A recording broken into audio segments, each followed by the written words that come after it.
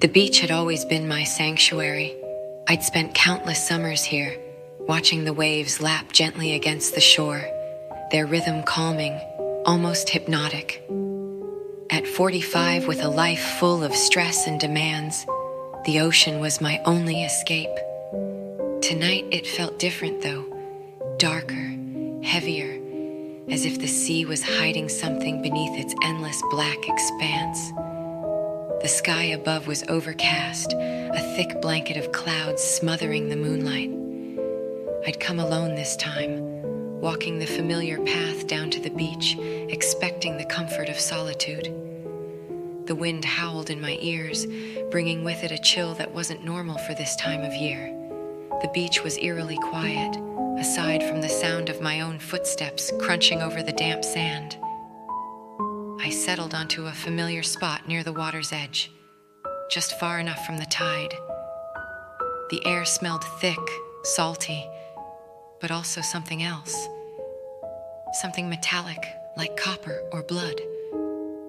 I shook the thought away, telling myself it was just the seaweed rotting nearby. Then I saw it, at first, just a dark figure down the shore, almost blending into the night. It stood still, facing the ocean. I couldn't make out any details, just the silhouette of a person. A shiver ran down my spine. I wasn't used to seeing others this late. Normally, the beach was deserted by now. Still, I told myself it was nothing. Maybe just a fisherman. I turned my gaze back to the waves, hoping to regain the sense of peace that had brought me here. But I couldn't shake the feeling of being watched. My skin prickled with a growing sense of unease. When I looked again, the figure had moved, closer this time. I squinted into the darkness. They were standing no more than 50 feet away now, still motionless, their face obscured by the night. I couldn't understand how they had gotten so much closer so quickly without making a sound. My breath hitched. I stood, unsure whether to call out or simply walk away. Every instinct in me screamed to leave, to run, but my legs felt frozen to the spot. Suddenly the wind died down. The waves seemed to stop. The air around me felt thick, oppressive. And then, from behind me, I heard a soft whisper, barely audible, like the wind itself was speaking. "Help me." I spun around, but there was no one. Nothing but the empty shoreline and the dark expanse of water. My heart raced, pounding in my chest. I turned back toward the figure and gasped. They were gone. No footprints in the sand.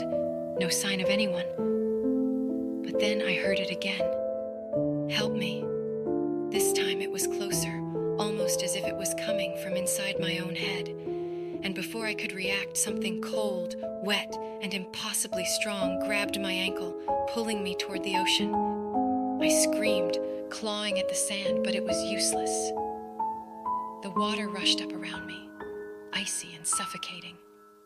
I struggled, gasping for breath as unseen hands dragged me into the depths.